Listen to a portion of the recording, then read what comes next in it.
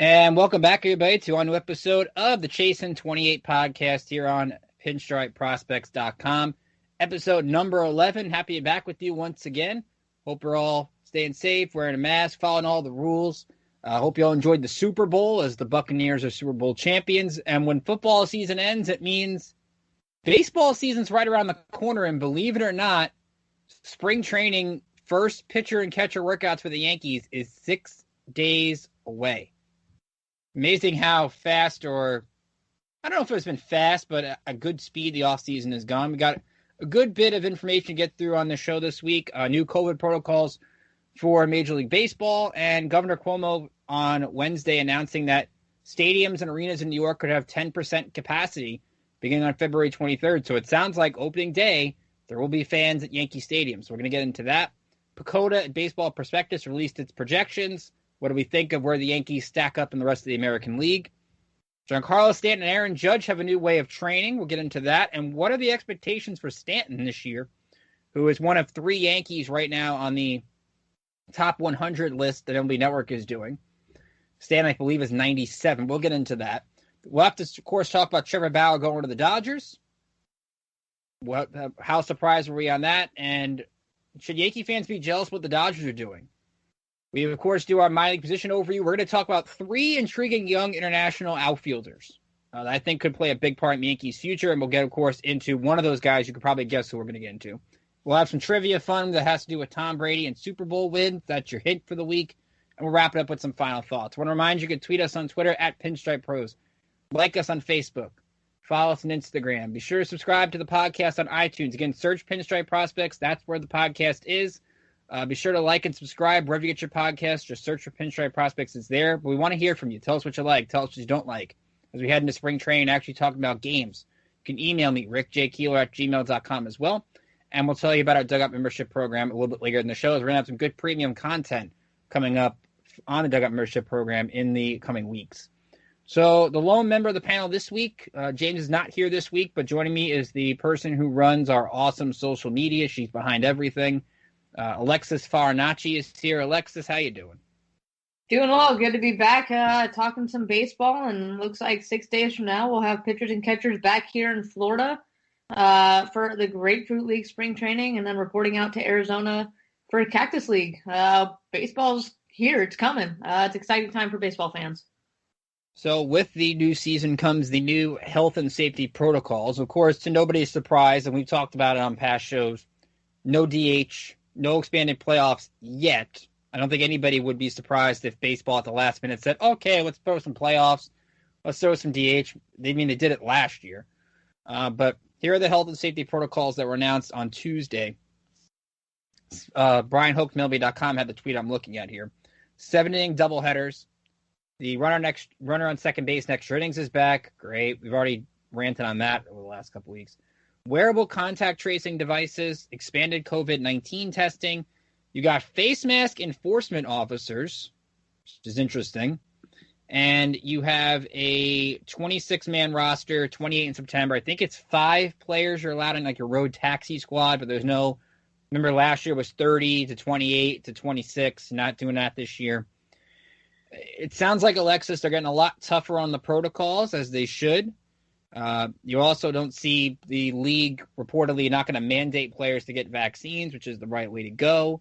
But what do you make of the new COVID protocols MLB is putting in here? Yeah, I mean, I think you definitely, especially when you're not going to have players getting these vaccines, which I kind of agree on not mandating it at this point. With them not getting it, expanding the testing, getting more testing in there for these players, and just really cracking down on the rules, I think is the right way to go at this point. Numbers spiking in different areas. Florida, I think we're starting to kind of settle down now, so spring training should hopefully go well here. You talk about daily symptom screens, temperature checks recorded at least twice a day. It's really making sure these guys are staying healthy and doing all they can to get through what we're expecting to be a full season this season. I think it's kind of interesting. You're going to have your mask enforcement. It should be interesting for that individual who has that job, I guess, just going around making sure everybody has their mask on all day. I think a job well done by MLB to try to get the season rolling. You've got your mask officer, you got your contact tracing officer, you've got a group that they make sure that you have these contact tracing devices in place. You have basically, you're going to have these players in a proverbial bubble in a sense, because when you go on the road, you're not going to get to leave your hotel unless you want to go for a walk outside, really. They're not going to really let you go in a lot of indoor restaurants, even though I know New York up here is having 25% capacity indoor restaurants beginning Friday. And we'll get into Governor Cuomo's announcement on the stadium in a little bit. But you're now asking these players again, Alexis, to basically spend a second year in a quote-unquote bubble, and we're wondering now that they're trying to play the full 162, what kind of effect that's going to have. Yeah, it should definitely be interesting, and you talk about the different rules, and here it says for spring training, covered individuals and any members of their household must quarantine at home with the exception of club-directed baseball activities at club facilities, travel with the team, individual outdoor physical activity, outdoor dining, and performing essential activities. So, they're going to really crack down for championship season. Covered individuals during road trips are not permitted to leave the hotel. I think you're going to see that even with spring training. And I know that specifically down here in Florida, we are more open here, but sounds like MLB is going to try to keep these guys as much in the bubble as possible, not let them go anywhere. It's saying here they may not attend indoor gatherings of 10 or more people, indoor restaurants, bar and lounges, fitness and wellness centers, entertainment venues, gaming venues, etc. All that's going to be prohibited from spring training and the championship season this year for MLB. So, yeah, these guys are basically, it's going to be home, your hotel, the field, and that's about it. Definitely going to be a challenge, I think, especially for those who have families and have children who might have activities with their children outside of the season. It's definitely going to be a challenge. They're really getting strict on it this year, but doing all they can to complete the season, and I think most of these players are going to agree to abide by these protocols. One of the good things, I think, for baseball in general, at least for the spring, and it's going to sound very boring to fans because Ken Rosenthal reported over the last week that the spring training games in Florida are going to be a lot more regional based, kind of in pod formats, where the Yankees are going to be playing the Phillies a lot, the Blue Jays, the Tigers, because they're much closer. You don't have to take these 3-hour bus rides to West Palm or to Port St. Lucie, or where I think the Braves are in a new venue now recently. You got to go there. You're now going to play everybody. And it's going to seem boring because you're playing the same teams every time, but it's a good way to reduce travel. It's a good way to keep these players together. And the one thing I found, Alexis, that's interesting, they can set the rules before every game. Like, you could have a 5-inning game one day. You could have a 7-inning game one day. It's going to be weird when you turn on a game and, like, at 1 o'clock on a Tuesday just to watch a little Yankee spring training baseball, and then you find out you might only get 5 innings. Yeah, that's definitely going to be an interesting aspect to it. And you talk about the Braves. They are on the west coast of Florida now in the city of Northport, which is in the Venice area. So they're going to be lumped into that West Coast round of teams as well. And I think that's going to get really interesting. With the West Coast, East Coast split here, you're basically going to have the Mets, Cardinals, Marlins. Yeah, Mets, Cardinals, Marlins. And then over on the West Coast, Yankees and Tigers, Braves, Pirates, all over there on the West Coast. Definitely going to be an interesting sequence there to try to keep these teams together. And you got the Blue Jays too in Dunedin over there on the West Coast. So I think the West Coast has a lot more teams than the East Coast does. So I almost wonder how you balance and make sure these guys. The East Coast is going to be playing less games, 4 less games than the West Coast. From what I get from the report last week, I think those games are going to be, the gaps will be filled in with intra-squad. Intra-squad, yeah. So that will at least lessen the fatigue of watching the Phillies every day or watching the Blue Jays every day. You're going to have to watch 19 times anyway, so get over it. Watching the Tigers all the time, which, again, I would argue watching Detroit spring training can get really interesting with some of the prospects the Tigers have. I think you'd want to just tune in for that. So at least we're talking about baseball in a couple weeks, and that's going to be a lot of fun. And what could be a lot of fun for some people, on Wednesday, as I mentioned, Governor Cuomo here in New York announcing that beginning on February 23rd, 10% capacity is going to be allowed in stadiums for the Yankees. I think that's about, from what I was listening to today, about 5,000. people. The rules on that is you have to have a negative PCR test within 72 hours. Obviously, you got to wear your mask, social distancing, temperature checks. We've seen different states try to pull this off in football. We've seen a small amount of basketball venues and hockey venues have tried it. Governor Cuomo, I know, used the example of the Bills hosting those 2 playoff games as a success. Obviously, Alexis, this is good news for the Yankees. At least they'll get to play in front of somewhat of a crowd for the first time in a long time. What do you make of this announcement for the Yankees going forward, that it sounds like on April 1st you're actually going to hear fans and not pumped in crowd noise? Yeah, I think if you're a Yankees fan, you're excited about this. If you're the Yankees players, you're excited about this. They said it themselves that a quiet Yankee Stadium is nowhere near a full Yankee Stadium, as far as like no fans versus the full stadium capacity there. So I think 5,000 is definitely better than nothing. It's going to give some life. You know, there'll be people out there in those right field bleacher creature area. The outfielders are going to love that. Love having that back, having the roll call back. I think it'll feel a little bit more of a normal season. While again, it's not going to be by any means a normal season. It's going to be closer to that. I mean, the hope that you have is that more people continue to get vaccinated, which can be an issue because people can't seem to get appointments that they want with people that are eligible right now. And the hope would be that you get enough where by mid-season, end of the season, you're not full entirely, but you're, I don't know, half, 60%, to the point where like you get that raucous atmosphere back. You won't get that right away. It's going to be different, and we're going to get used to that too. But I remember from last year, I was very uncertain about watching some of those games. Some of those games I was watching, at least to start, I remember feeling sad watching these games, the way there was just nothing there. At least now you have something. I don't know if I was a season ticket holder and I'm not covering a game. So like, I mean, I could speak to this. I don't know how comfortable I'd be right away going to a game. I know that people they go to grocery stores and things like that. But to me, and I haven't had experience going to a venue. I don't know, Alexis, if you have down in Florida, but I would be a little bit hesitant to start out with. I'd like to see how it goes first before trying to go to a athletic event with fans in the stands. Yeah, I think for me, having worked in the NFL and here in Florida at TIAA Bank Field, we had 25% capacity for the Jacksonville Jaguars season this season. And I think we did a really, really nice job. It was mandated as best we could per government rulings for masks to be worn at all times in the stadium unless you were physically eating or drinking. And the seats, as I can imagine they'll do at Yankee Stadium and venues in New York, everything's in seating pods. You're not in your full capacity bowl.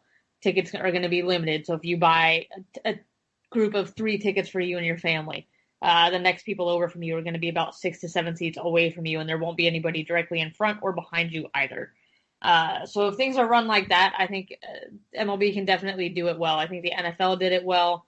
I don't think we had any issues that I know of that were too high of an extent in the NFL season this year. So it's definitely doable. I would feel comfortable. Again, I said I worked the entire Jacksonville Jaguars season this year. Wore masks, interacted with fans, and knock on wood, I've been able to stay healthy so far through that. So I think MLB can do the same.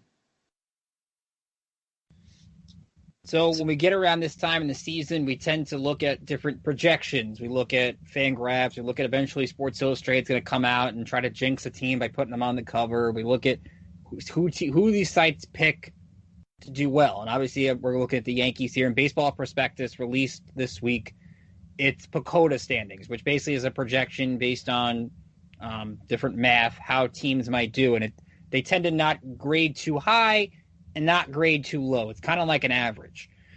They had the Yankees at 97-65, winning the AL East by 10 games, or 11 games actually, over Tampa Bay. Toronto would be third, Boston's in fourth, and at 80-82, of course, I don't know if that changes based on the reported Andrew Benintendi trade they made on Wednesday night. Right now, you look at the American League, your playoff teams be the Yankees, the Astros with 93 wins, the Twins at 90, and your wild card game would be the Angels and the Rays. So no Oakland, no White Sox, no Indians. So, Alexis, when you look at these standings, Are you surprised the Yankees are favored in the AL East by that wide of a margin over Tampa and Toronto, basically 11, 12 games? Yeah, I think I definitely am surprised. I'm not surprised that New York is sitting at the top with the way the rotation has kind of fell into place this offseason. And if Aaron Judge can stay healthy, if Giancarlo Stanton can stay healthy, the lineup should be decent. And our pitching, I like it going into the season right now. But what does surprise me is Tampa above Toronto. You look at Tampa sending away a lot of their big guys, and Toronto having what I would have said is a phenomenal offseason in the amount of signings they've had and the caliber of players that they have coming into this year. I kind of thought Toronto would be above Tampa Bay, and I thought it would be a battle between us and Toronto, maybe even between 2 to 3 game distance there.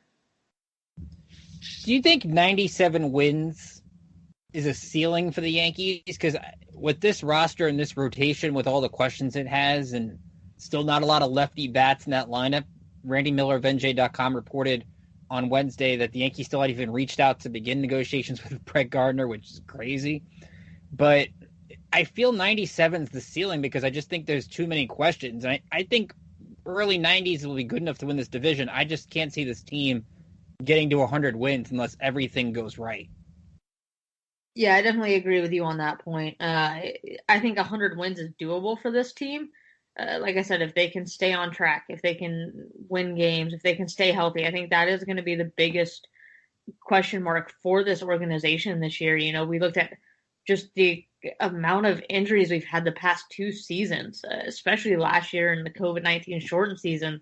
The amount of players we lost, and it wasn't due to COVID, it was due to injury. These guys need to stay healthy if they want to get 90-plus wins. So 2 of the guys that are going to have to stay healthy for the Yankees to do that are Giancarlo Stanton and Aaron Judge. And Eric Cressey, who, of course, is the director of player health and performance for the Yankees, was on Yankees Hot Stove last week. And he was telling Meredith Marakovits that Stanton and Judge have not done as much weightlifting this offseason. In fact, Aaron Judge has been doing more yoga. That I found, Alexis, to be very interesting because we know these guys, if you watch Instagram, they love to lift weights. They're known for their strength. What do you make of this new training method that Stanton and Judge seem to be doing here? Yeah, I definitely thought that was interesting. I don't know if that's to get them more fit. I think both of them just naturally have that raw power, that raw strength to be able to hit the ball out of the park. But I think they're both just trying to become line drive hitters, trying to get more healthy, trying to get speed on the base pads, be able to have that speed in the outfield. But to take away the weightlifting completely, yeah, that was a little bit of a shock. For me, I'm kind of like, okay, yoga is going to get you stretched out more, maybe more loose. So that could be a benefit. I know Eric Cressey's big on stretching, and I follow him on Instagram. And mobility and stretching are definitely 2 key components to his training style.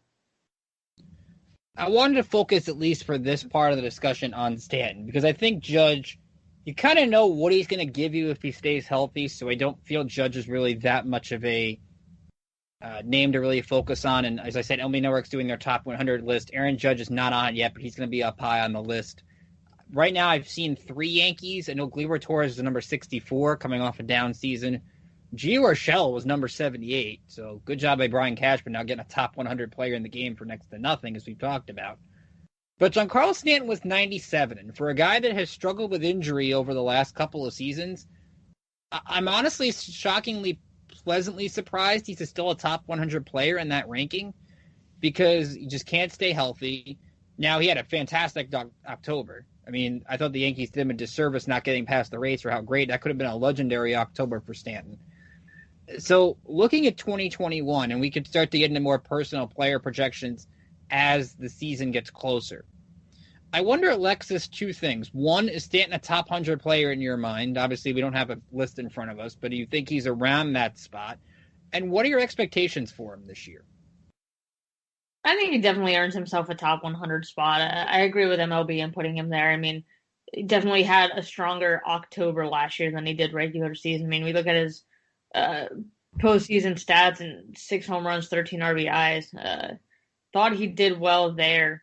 I think your projections for this season or your expectations of Giancarlo this season, is to come out and be able to put the bat on the ball, not to get up there and strike out as much as he did during the regular season. His strikeout numbers were way too high last season, and I would, as a Yankee fan, love to see those a lot lower. I mean, we talked 27 strikeouts last year. That's a number we need to see come down. He's a guy who has raw power, has the ability to hit the ball out of the park, has the ability to hit the ball deep. And I would argue he's got speed on the base paths as well. Yeah, he needs to do well at the plate. So I'm going to skip ahead here for a second. We'll look into Trevor Bauer in a little bit. But I want to remind everybody, of course, with our Pinstripe Prospects Dugout membership program, we have exclusive content with scouting reports, player interviews, features, and much more in addition to our free Major League coverage. I have an interview going up in the next week or so. Probably by the next time you hear us talk, it'll go up. It's I interviewed the Yankees' 6th-round pick in a 2019 MLB draft, Hayden Wesneski, right-handed pitcher out of Sam Houston State. Really fun interview. He goes really in-depth with his pitch arsenal. I think you guys are really going to enjoy that. Was in Pulaski 2 years ago. We'll see where he ends up for the upcoming minor league season.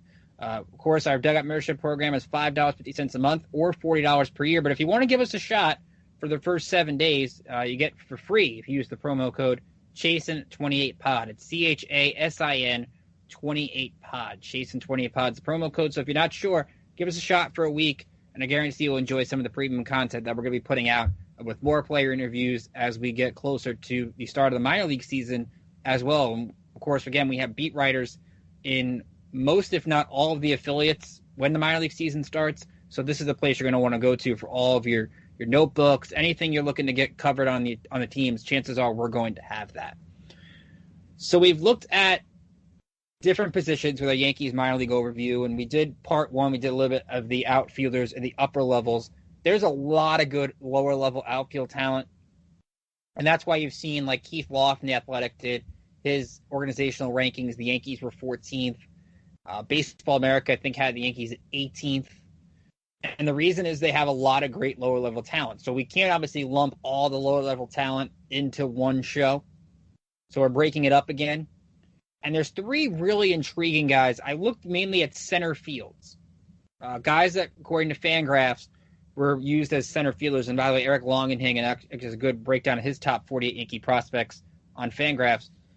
Obviously, Alexis, the name when we mention here is Jason Dominguez. We got to start there. Just turned 18. And what I find amazing is the hype around him is so big. The Martian, we all know that's his nickname. We all know the tools he has. It's outstanding, and he's a great player. And I don't think we've talked about this yet on the show. Is the hype, do you feel too much? And for a guy that hasn't yet played a game in the Yankees organization yet, not even a Dominican Summer League game, because I kind of fear like the hype. I mean, I'm sure I'm hopefully he can handle it. And I'm looking forward to seeing him play as much as anybody. But I think sometimes we forget he's only 18 years old. This is a lot to ask of a kid to be kind of that next great superstar. Yeah, I definitely think there's a lot of hype around Dominguez, a guy that scouts really, really like, already placing him above average in the tools that he has. And they're saying his instincts are nearly as impressive as his physical ability. He's a switch hitter loaded with bat speed and strength. I think it'd be interesting to see what he does when he finally gets a crack at playing some minor league ball this year. It's got, again, above average speed that are saying makes him a quality defender, and if he can get on the base pads, going to be a force there as well. But yeah, I think it's definitely a little bit of a surprise that there's this much hype around him. I mean, it's exciting. Good for the young guy. We'll see what happens when he finally makes a debut in 2021 in the Yankees organization. Yeah, I'm mostly a big fan of Dominguez. I don't see anybody who's not. I just worry about the hype and really where he can end up being at the end of 2021. Is he playing in Tampa? Is he in the Gulf Coast League? I think he's the prospect obviously everybody wants to track, and for good reason. But I don't want people to go on Twitter, and I kind of fear this, that if he has a rough slump for 3 games, the kid can't play. I mean, he's got to still develop into being a superstar kind of a player, and we'll see if he gets that. But the sky is the limit for him. That's obvious. There are 2 other players I think you want to keep an eye on going into next year. I'm going to start with Everson Pereira. who is only going to turn 20 in April.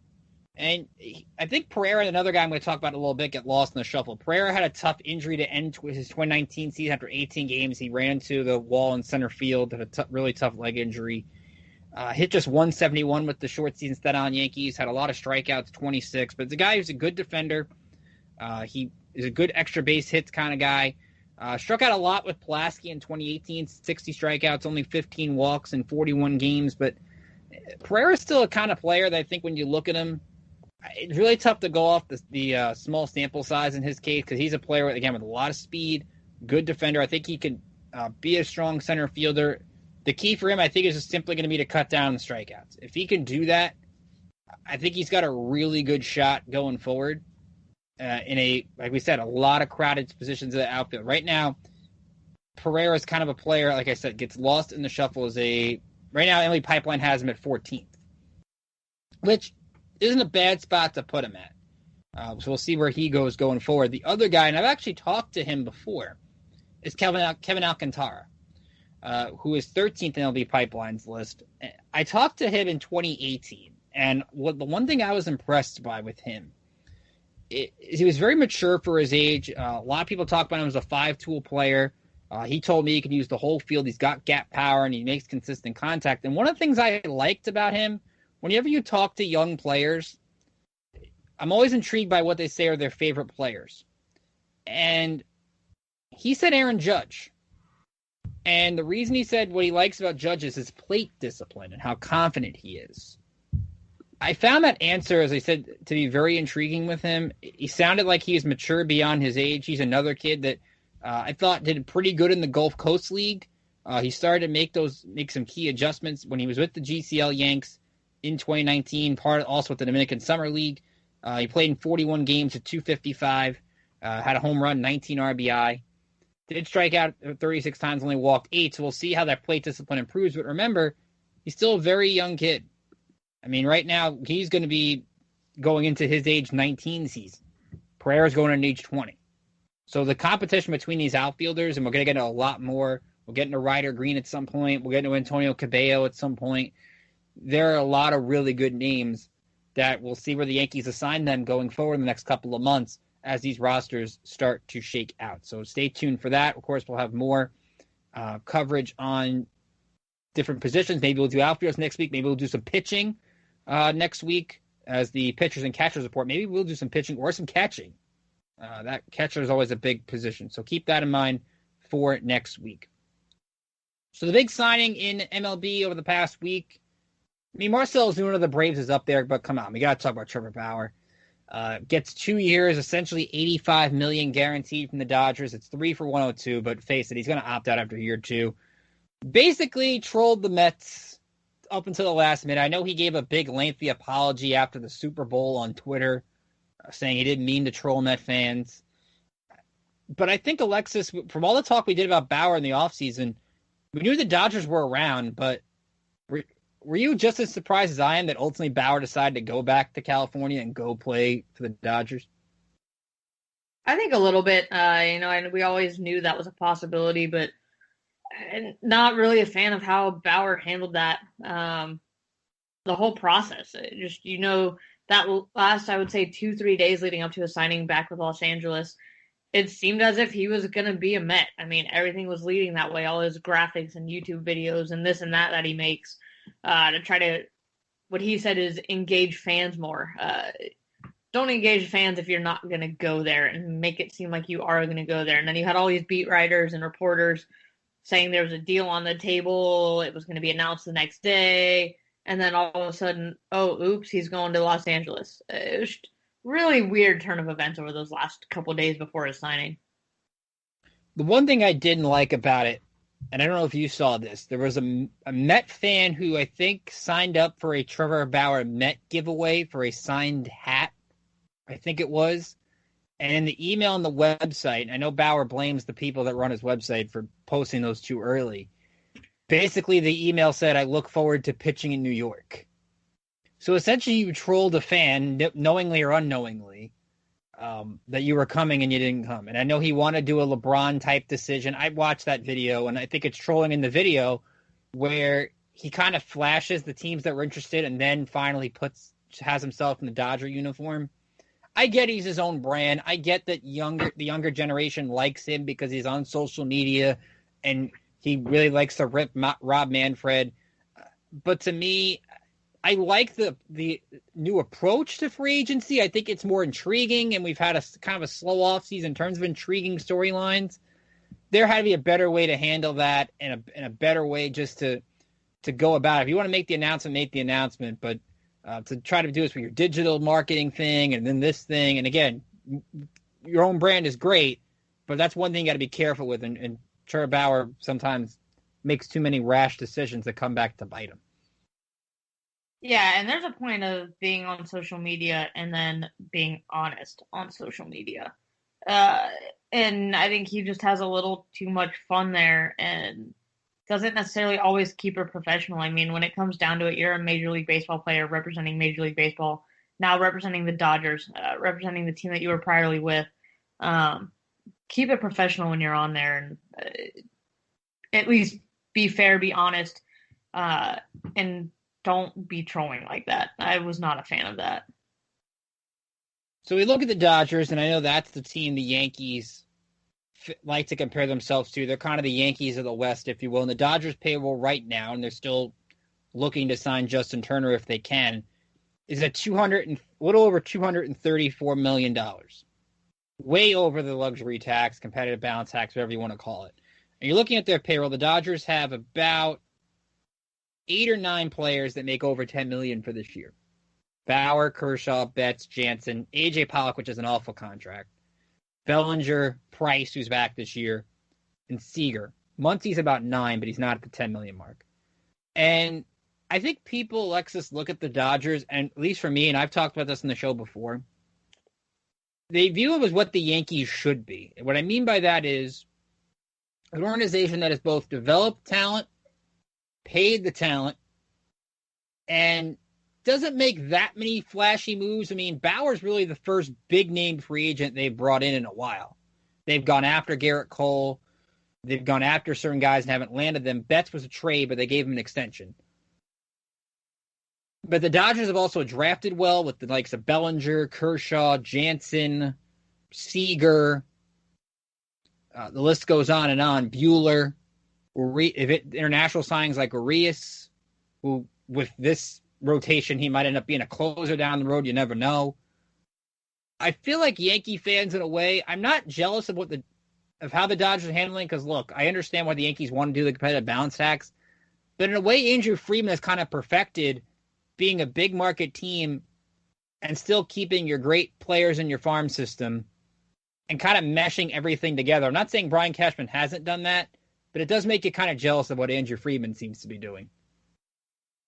Yeah, I would agree. I mean, they're making all the big signings, big moves that you would expect Brian Cashman and the Yankees to be making. And I think the Yankees have had a disappointingly very quiet offseason, a little bit ramped up in the past few weeks and days. And I know we'll talk about the most recent signing of O'Day tonight. But yeah, the Dodgers they're doing it right over there in Los Angeles.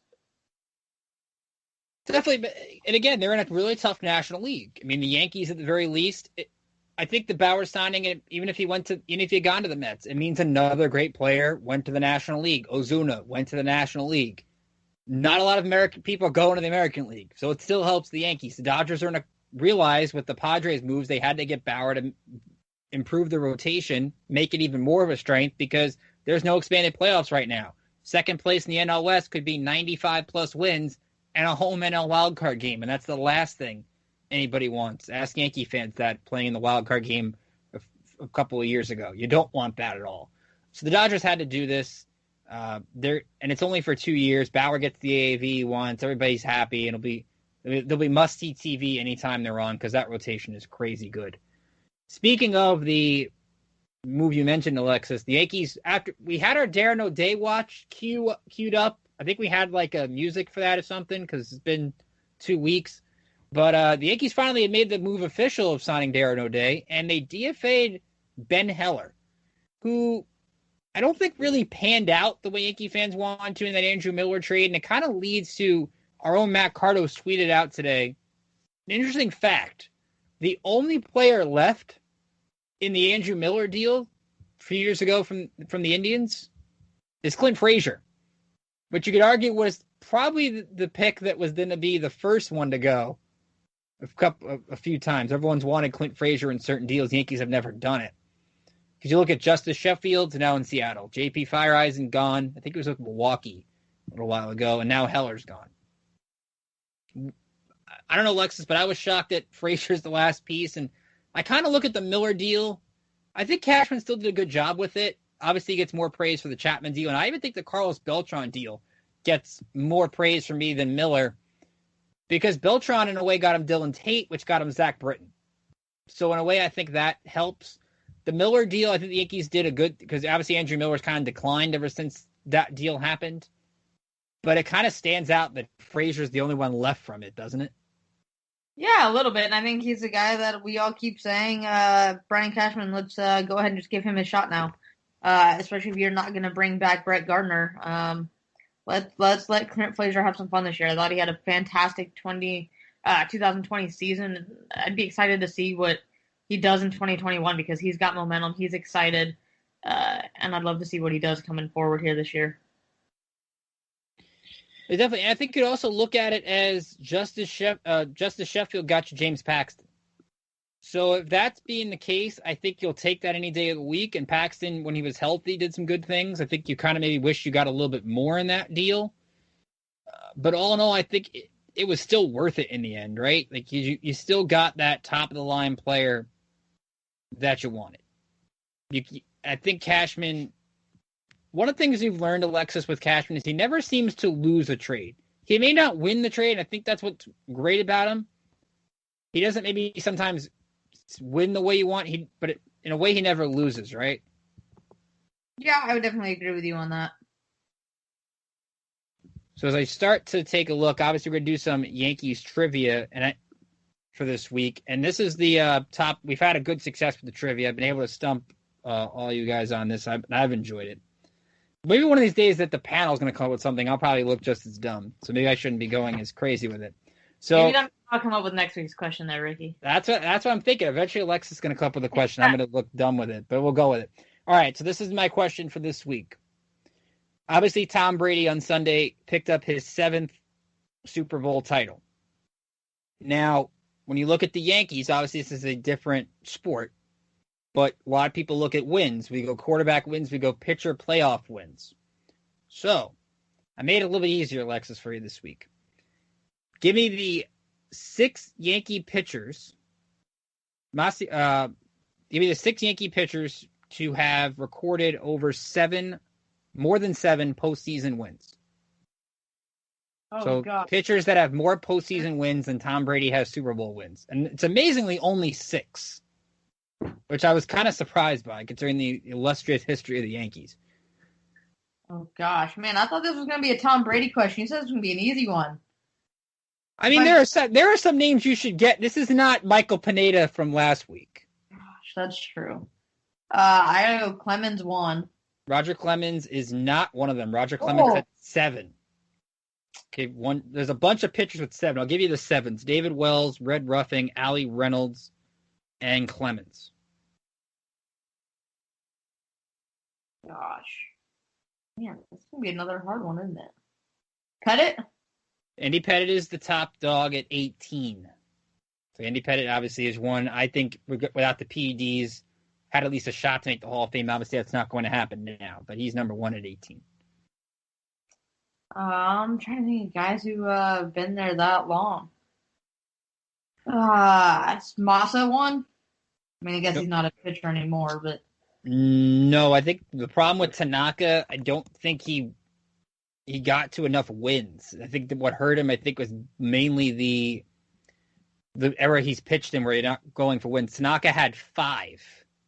Oh, well, he was close to Could have had 7 or 8, depending on if he didn't pitch so poorly this past year in the playoffs. But 5's not bad for the 10 games he pitched in. Gosh, I mean... One is not a starter. I'll give you that hint. One's not a starter. And has more wins?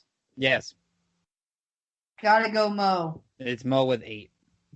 Thought so. I knew that was one. So you're missing 3. Oh gosh, are the rest all starters? Rest are all starters. That's why I gave you the reliever one out of the way. This is according to YankeesNumbers.com, by the way, for those following at home. The numbers they had were up to 2017, but I kind of updated them myself. There's only one pitcher where this had to be updated for.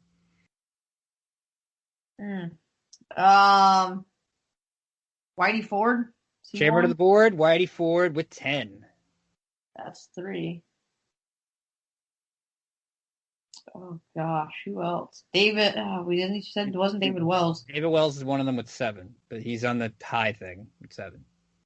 One pitcher broke the tie with 7 a couple of years ago. Ooh, a couple of years ago. So recent. Mm-hmm. Man, this is gonna be bad that I can't come up with this. Gosh, I don't know. I think you have me stumped on this one. You see, if I'm gonna give you a little bit because you're gonna kick yourself when I know. I tell you I'm trying to think of recent Yankees pitchers. I think our rotation's been not great in the past few years. Do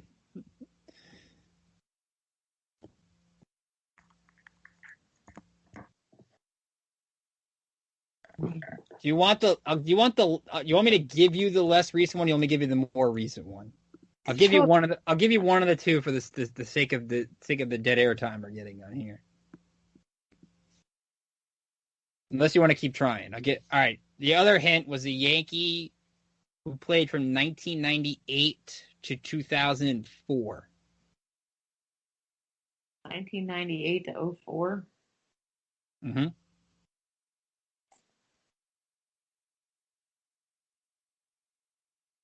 Gosh. One of the better nicknames in the Yankee history of the last 25 years. My opinion, at least.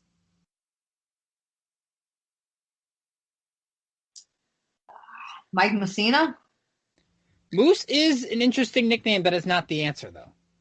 Dang it. I felt like Alex Trebek with that response right now. You got me. I don't know. All right, so the other two. One is, as I said, this had to get changed because this pitcher has more than 7 with the Yankees.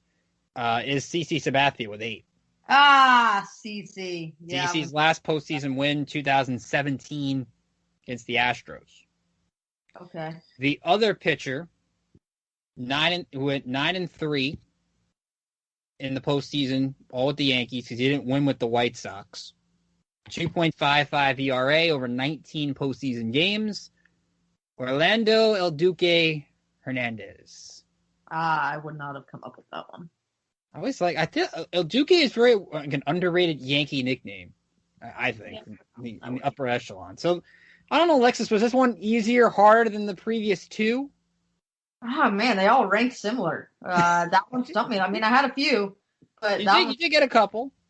I was surprised about. So yeah. All right, so it sounds like next week they're going to try to stump me next week. Yeah, and they'll probably win. So stay tuned for that. So our spring training special next week, which will be each of us giving our top 5 storylines heading into spring training, will include me looking stupid trying to answer a trivia question. Even more reason to tune in next week. So with that being said, let's wrap it up. Do a little final thoughts for this week. Could be about the Super Bowl. Could be about, well, anything. That's what final thoughts are about. So Alexis, what do you got for this week? Oh man, final thoughts. Just congratulations to the city of Tampa. A city that will always hold a special place in my heart. I might work for the Jaguars, but the city of Tampa gave me my start in minor league baseball and my time with the Tarpons. Have a lot of history of being able to look over and see Ray J Stadium over there, and went to multiple events over there and partnered with the great people who work there. And a good friend of mine now works in their ticketing office, and she gets a ring, so that's a pretty cool experience for her. But it's a really cool time for the city of Tampa and honestly for the state of Florida. Really historic time there with the first team to play an Super Bowl in their home stadium, first team to win a Super Bowl in their home stadium, first female referee to referee in a Super Bowl. Just a lot of history made in this state, and that's something that a lot of us will be able to remember for a long time coming. So congratulations to the Bucks and to the great city of Tampa. Absolutely good things there from Alexis. I'm going to spare you my thoughts on Tom Brady because I want you to listen to Kicking with Keeler this week when I basically tell people how great Tom Brady is and how bad the Chiefs were. So I'll save you that one. A couple of things to look at. Number one, like I said, look at the Baseball America rankings and the Keith Law's athletic rankings. For all the talk about the Yankees system, it's still a middle of the pack system, and it could really change. That's why 2021 is so big for the Yankees minor league system, where you see all these guys jumbled up together and how they perform after getting a year off from development and not playing in games.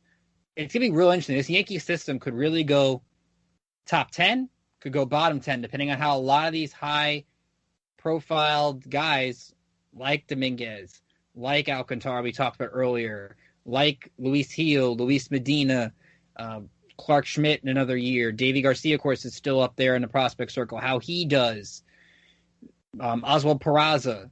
I know Brandon Cuddy had a good article on NJ.com, which you should check out, about how Anthony Volpe is putting up good exit velocities, and he's gained muscle since the shutdown, which I think makes Volpe, we talked about shortstops a few weeks ago, really intriguing to see how he does this year, getting a full season, where he ends up and how he performs. Former first-round pick by the Yankees in 2019. So see how that goes.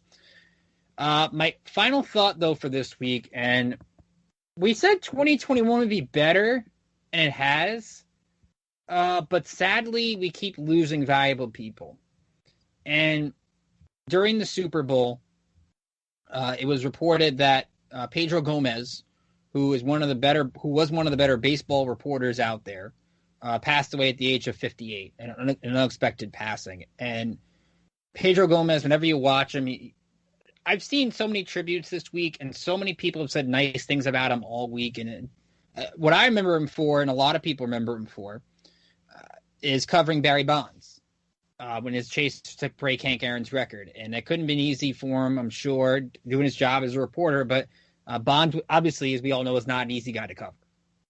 I'm a Barry Bonds fan, but even I can admit that, looking at how people have interacted with him over the years, not an easy guy to cover. So Pedro did a fantastic job with that. Obviously, he was a part of when MLB went to Cuba to play an exhibition game, when the Rays went there to play. So he's famous for that as well. But like I said, it's been more about how people have viewed him, and there's never been a bad thing said about him. And I heard Michael Kay this week saying how you want to be remembered is someone that you've always did good for people. And it sounded like Pedro Gomez was that kind of person. So I hope that I can go 1 week without giving a tribute to somebody.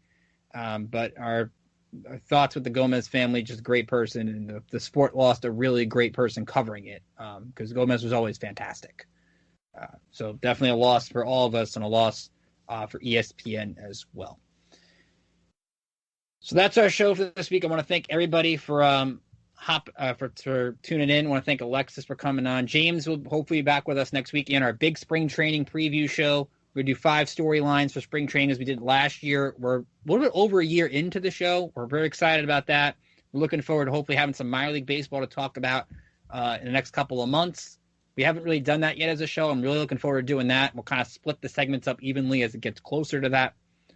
But I'll remind you can follow us on Twitter at Pinstripe Pros, like us on Facebook, follow us on Instagram. Be sure to subscribe to the podcast on iTunes. Search Pinstripe Prospects, Chasin 28 Podcast is there on iTunes, wherever you get your podcasts.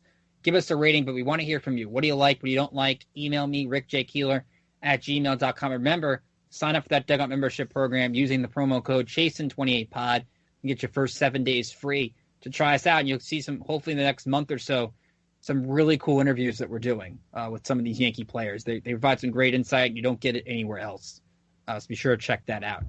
So, Alexis, how can they follow you on Twitter? You can follow me at Alexis Farinacci. Alexis doing some great work for us over there. You can follow me on Twitter at Rickinator555. Again, at R-I-C-K, letter I, Nader, like a Terminator, and 3 5s. You can catch my show this week, Kicking with Keeler, likely out on Saturday. We have David Harrison from Locked On Bucks going to join me to recap the Super Bowl. And we're going to do a little bit of different sports as well. I want to do a little bit of NASCAR, too. I'm trying to get a guest for that. It's the Daytona 500 this week. It's also, to be another sad event, 20 years since we lost Dale Earnhardt.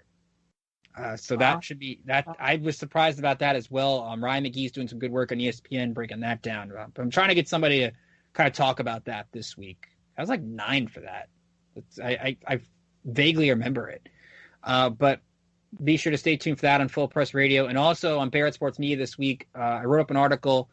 Todd McShay talked with Marty Smith on Marty Smith's podcast about his career, about how Mel Kiper was big support for him, and how he never really the two have been really great friends since Todd joined ESPN. And also, Todd McShay had a lot different grade on Tom Brady than everybody else did.